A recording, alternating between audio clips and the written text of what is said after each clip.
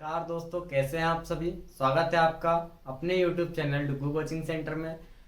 आज जो मैं आपके लिए बेहद महत्वपूर्ण टॉपिक लेकर आया हूं, जिसका नाम है संधि।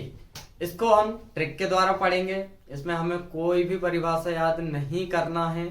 आपको जो भी बताएंगे ट्रिक के द्वारा ही बताया जाएगा। आपको कुछ भी याद करने की जरूरत नहीं है, केवल समझने की जरूरत है। तो समझते हैं। संधि के 3 भेद होते हैं, याद रखिएगा। क्योंकि ये आपके ऑब्जेक्टिव टाइप में भी पूछ लिया जाता है। वस्तुनिष्ठ प्रश्नों के माध्यम से वो पूछ लेते हैं कि संधि के कितने भेद होते हैं, या संधि कितनी होती हैं, या स्वर संधि कितनी होती हैं। तो हम ये सब आज पढ़ेंगे, ठीक है। तो संधि के 3 भेद होते हैं। कौन कौन से? स्वर संधि, विसर्ग संधि और व्यंजन संधि। ठीक है, कौन कौन से भेद होते हैं याद रखना। इसके 3 भेद होते हैं, स्वर संधि, दूसरा व्यंजन संधि और तीसरा विसर्ग संधि। ठीक है, स्वर संधि के अंदर 6 भेद होते हैं। कितने भेद होते हैं? 6। जिसमें आपको पहला है दीर्घ संधि, या फिर इसको हम बोल सकते हैं या बोलते भी हैं कि दीर्घ स्वर संधि। दूसरा है गुण संधि, इसको भी इन सभी के साथ स्वर भी लगा सकते हैं, जैसे दीर्घ स्वर संधि या गुण स्वर संधि। अगला है तीसरी संधि होती है आपकी वृद्धि संधि, फिर यण संधि, उसके बाद आती है आपकी अयादि संधि, और अंतिम जो होती है आपकी पूर्व रूप संधि होती है। ठीक है, तो आपको याद रखना कि संधि के 3 भेद होते हैं, जिसमें स्वर संधि, व्यंजन संधि और विसर्ग संधि होती है। विसर्ग संधि के अंदर आपके 6 भेद होते हैं। तो आज जो क्लास रहेगी अपनी, उसमें मैं आपको सिर्फ स्वर संधि ही पढ़ाऊंगा। उसके पूरे 6 भेद आपको ट्रिक के माध्यम से समझाऊंगा। इसके आपको कोई भी परिभाषा याद करने की जरूरत बिल्कुल नहीं है, ठीक है। सिर्फ आपको समझना रहेगा।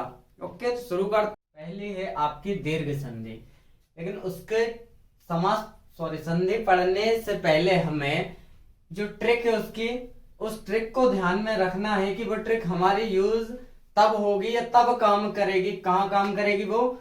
जब शब्दों का क्या होगा? मेल होगा।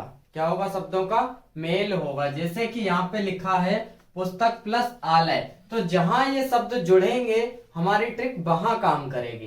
ठीक है, कहाँ काम करेगी?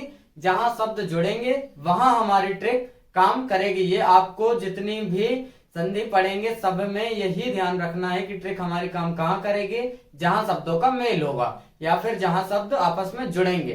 ठीक है, तो स्टार्ट करते हैं। देखिए, हमें सबसे पहले क्या पढ़ना? दीर्घ संधि। दीर्घ संधि पढ़ने के लिए हमें जो ट्रिक यूज करनी है उसमें आपको ध्यान रखना है बड़ी मात्रा।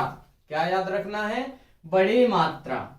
ठीक है, जैसे बड़े आ की मात्रा, बड़े ई की मात्रा और बड़े ऊ की मात्रा। दीर्घ संधि में आपको समझने के लिए बड़ी मात्रा याद रखना होगा। इसकी यही ट्रिक है। जैसे इसको उदाहरण के द्वारा समझते हैं। पुस्तक प्लस आलय, कि हमारा क्या हो जाएगा? पुस्तकालय। क्या हो जाएगा?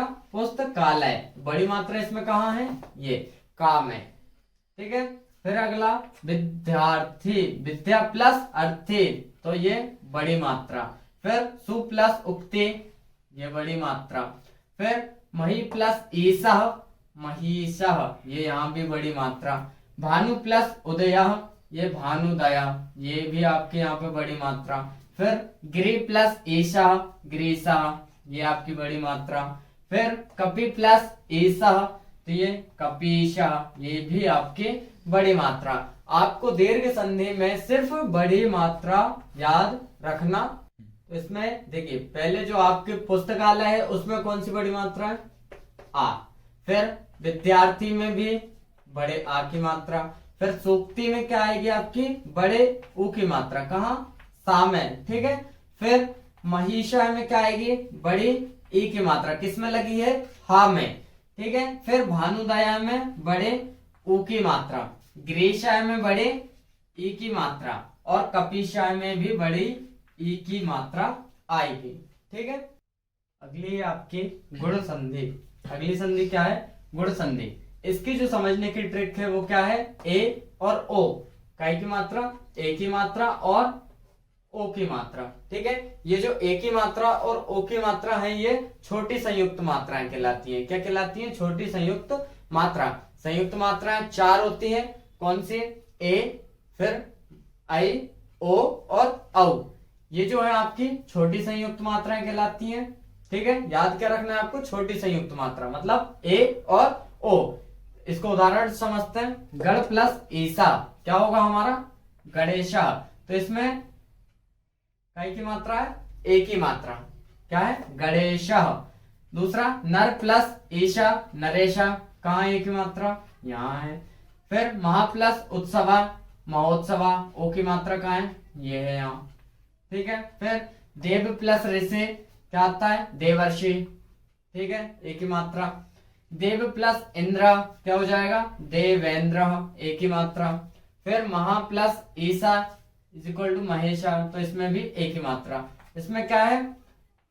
एक ही मात्रा है। इसमें एक ही, इसमें ओ की, देवर्षि में एक ही, देवेंद्र में एक ही और महेश में भी कई की मात्रा एक ही। आपको जो एग्जाम में आता है वो सिर्फ इस रूप में दे दी जाएगा और आपसे पूछेगा कि इसमें बताओ संधि क्या है। आपको इस टाइप में नहीं आता है, बस ये दिया रहेगा तो आपको सिर्फ पहचान करनी है कि कौन सी संधि है इसमें। ठीक है, आपको इसी रूप में दिया जाएगा, उसमें नहीं दिया जाएगा। ठीक है।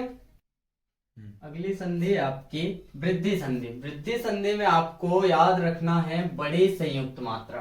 क्या याद रखना है? बड़ी संयुक्त मात्रा, जैसे कि आई और औ। हमने जो गुण संधि पढ़ी थी, गुण संधि में क्या होती है? छोटी संयुक्त मात्रा होती है। इसमें क्या होती है? बड़ी संयुक्त मात्रा। वृद्धि का मतलब क्या होता है? बढ़ना। इससे याद रखना।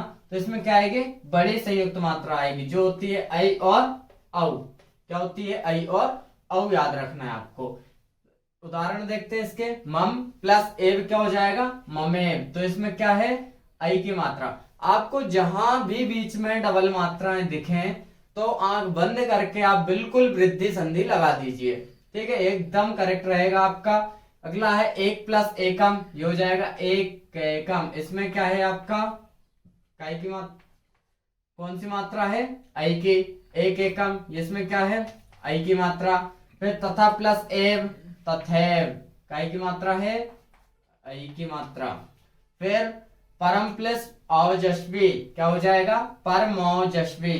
क्या हो जाएगा? परमौजस्वी। इसमें कौन सी मात्रा है आपकी? औ की मात्रा है। ठीक है। महा प्लस औजस्वी, महा प्लस औजस्वी कौन सी मात्रा है? औ की मात्रा। फिर सदा प्लस एव क्या हो जाएगा? सदैव। इसमें कौन सी मात्रा है? आई की मात्रा। फिर आता है आपका नौ प्लस औषधि, तो क्या हो जाएगा? नवौषधि, मतलब औ की मात्रा। जहां भी आपको बीच में डबल मात्राएं दिखे तो आप बिल्कुल वृद्धि संधि पर ही टिक कीजिएगा, आपका बिल्कुल एकदम करेक्ट जाएगा। ठीक है। अगली संधि आती है आपकी यण संधि। कौन सी? यण संधि। यण संधि की ट्रिक याद रखना आप। आधा वर्ण के बाद क्या दिखे आपको? या वा दिखे। क्या दिखे? या वा दिखे तो आपकी उसमें यण संधि होगी। ठीक है। क्या दिखे? आधे वर्ण के बाद। कौन सा क्या रखना है हमें याद? आधा वर्ण याद रखना है। ठीक है। क्या रखना है? आधा वर्ण। यदि जहां भी आपको आधा वर्ण दिखे और आधे वर्ण के बाद आपको या और वा दिखे तो वहां आपकी कौन सी संधि होगी? यण संधि। देखिए इसके उदाहरण। इति प्लस आदि क्या होगा हमारा? इत्यादि। यहाँ पे आधा वर्ण क्या है? आधा ता है। यहाँ पे क्या है? आधा वर्ण ता। और आधे वर्ण के बाद हमें क्या दिख रहा है? या दिख रहा है। या तो हमारे इसमें क्या होगी? यण संधि। इत्यादि में क्या है हमारा? इसके बाद या है। आधे वर्ण के बाद क्या है? या। सु प्लस आगतम, स्वागतम। इसमें क्या है? आधा वर्ण सा है। ठीक है। और पीछे क्या है? वाह है। क्या होगा हमारा इसमें? यण संधि। अति प्लस आचार तो क्या होगा? अत्याचार। क्या है इसमें? आधा वर्ण ता। और इसमें आधे वर्ण के बाद क्या है? या। ठीक है। फिर अनु प्लस अया तो अन्वय। इसमें क्या है हमारा? पीछे वा आधे वर्ण के बाद। फिर अभी प्लस आगता, अव्यागता। इसमें भी क्या है? या। अव्ययगत अन्वय, देखो हमने हमारी ट्रिक क्या थी, आधे वर्ण के बाद क्या दिखे, या वा, तो सभी में है या वा। तो जहां भी आपको आधे वर्ण के बाद क्या दिखे, या वा दिखे, तो वहां आपकी यण संधि होगी। अगली संधि आपकी अयादि संधि। इसमें आपको याद रखना पड़ेगा क्या, आए, अब और आप, ये चार चीजें आपको याद रखनी पड़ेंगी। किसमें, अयादि संधि में। ये इनका अयादि में ही इसकी ट्रिक छुपी है, क्योंकि इसका नाम देखिए क्या है, अयादि। तो आय प्लस, इसका क्या होगा, आय प्लस आदि। आय प्लस आदि से मिलकर क्या बना है, अयादि। तो जी जो आय है इसके द्वारा ही आप याद रख सकते हैं क्या, आय, आप और आओ। ठीक है, तो इसको उदाहरण है आपके ने प्लस आयनम। और एक चीज और याद रखना आपकी, जिसमें भी मात्राएं गायब हो रही हो, जैसे कि इसमें ने प्लस आयनम है तो यहाँ पे होगा नयनम, नौ प्लस इका है तो नाविका। मतलब इसमें एक ही मात्रा थी, इसमें औ की मात्रा थी, ये जो है वो मात्रा इसमें गायब हो जाती हैं। तो जिसमें भी आपको एक चीज से ये भी याद रख सकते हैं, जिसमें भी आपको मात्राएं गायब होती दिख रही हैं उसमें आप अयादि संधि लगा सकते हैं। नहीं तो हमारे पास तो ट्रिक है ही क्या, आय, अब और आप हमें याद रखना ही है। ठीक है, तो क्या आपका क्या है, देखिए ने प्लस आयनम क्या हो जाएगा, नयनम। क्या हो जाएगा, नयनम। तो इसमें आय कहाँ है, जब आपका इसका वर्ण विच्छेद करोगे, यानी कि इसको अच्छे तोड़ के लिखोगे, तो आपका इसमें क्या निकल के आएगा, आय। क्या आएगा, आय। जैसे देखिए नय लिखा है तो हम ना को कैसे लिख सकते, ना प्लस आ प्लस या, ऐसे लिख सकते हैं। तो ये जो है आपका ये क्या कहलाएगा, आय। क्या हो जाएगा, ये आपका आय। ठीक है, दूसरा है 9 प्लस इका, क्या हो जाएगा, नाविका। क्या हो जाएगा, नाविका, यानी कि इसमें आ और वा आ रहा है तो क्या हो जाएगा, आओ। फिर पौ प्लस अका, तो ये आपका क्या हो जाएगा, पावका। तो इसमें भी क्या आ रहा है, आओ आ रहा है। फिर अगला है आपका नय प्लस अका, तो क्या हो जाएगा, नायका। तो इसमें क्या आ रहा है, आय। क्या आ रहा है, आय। यहाँ देखिए यहाँ क्या था, आय, यहाँ आ रहा है आपका आप, यहाँ भी आओ, और यहाँ क्या आ रहा है, आय। फिर आता है आपका भो प्लस अन, क्या हो जाएगा, भवन। क्या हो जाएगा, भवन। तो इसमें क्या निकल रहा है, क्या निकलेगा, इसमें आओ। क्या निकलेगा, आओ। अगला है आपका पो प्लस इत्र, क्या बनेगा, पवित्र। तो इसमें भी आओ निकलेगा आपका। क्या निकलेगा, आओ। यहाँ पे इसका आ और इसका वा।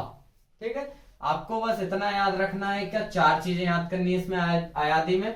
वैसे तो अयादि आप जैसे ही नाम लेंगे तो उसमें पहले ही आपका आय छिपा हुआ है अयादि में ही। ठीक है, तो उसके नाम में ही उसकी ट्रिक छुपी हुई है, तो आप इस प्रकार भी याद रख सकते हैं। स्वर संधि में आपका अगला आता है पूर्व रूप संधि। ये स्वर संधि का अंतिम भेद होता है, कौन सा, पूर्व रूप संधि। इसकी जो ट्रिक है आपको याद रखना है, ये आ, इसको बोलते तो संस्कृत में आ है, लेकिन आप इसको जो इंग्लिश वर्ड एस है उसके द्वारा भी आप समझ सकते हैं। क्यों, क्योंकि ये बिल्कुल एस की तरह ही बनता है। ठीक है, इसको हम संस्कृत में क्या बोलते हैं, आ बोलते हैं, लेकिन आपको किसके द्वारा याद रखना है ट्रिक में, एस के द्वारा। ठीक है, तो इसमें देखिए ये जो एस है ना, इसमें जो ये आपका लोप हो जाने के कारण बनता है। देखिए इसका एग्जांपल क्या है, ते प्लस अपी। तो ये जो अपी का आ है ये उसका लोप हो जाता है, उसके कारण ये आता है। तो इसका क्या हो जाएगा, ते अपी।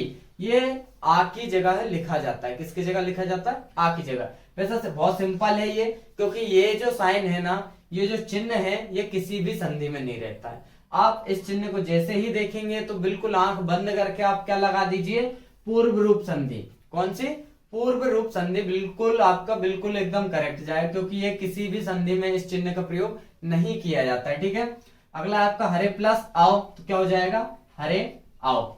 इसमें क्या था ये। फिर विष्णु प्लस आओ, क्या हो जाएगा, विष्णु आओ। क्या हो जाएगा, विष्णु आओ। ठीक है, तो ये थी आज जो हमारे द्वारा आज की क्लास थी, उसमें हमने सिर्फ आपको संधि के भेद बताए हैं, जो कि 3 होते हैं, स्वर संधि, व्यंजन संधि और विसर्ग संधि। ठीक है, इसके बाद हमने आपको बताया है सिर्फ स्वर संधि के भेदों को आज हमने समझाया है। इसके बाद हम जो अगले उसमें हम आपको व्यंजन संधि बताएंगे और विसर्ग संधि बताएंगे। ठीक है, तो आज की वीडियो कैसी लगी या आज की क्लास कैसी रही हमें कमेंट करके जरूर बताएं, और संस्कृत से रिलेटेड जो भी आपको टॉपिक में समस्या हो वह हमें आप कमेंट में जरूर बताएं, तो हम उस समस्या का समाधान आपके लिए जरूर लेकर आएंगे। ठीक है, आज के लिए बस इतना ही। वीडियो को लाइक करें, शेयर करें, हमारे चैनल को सब्सक्राइब करें। धन्यवाद।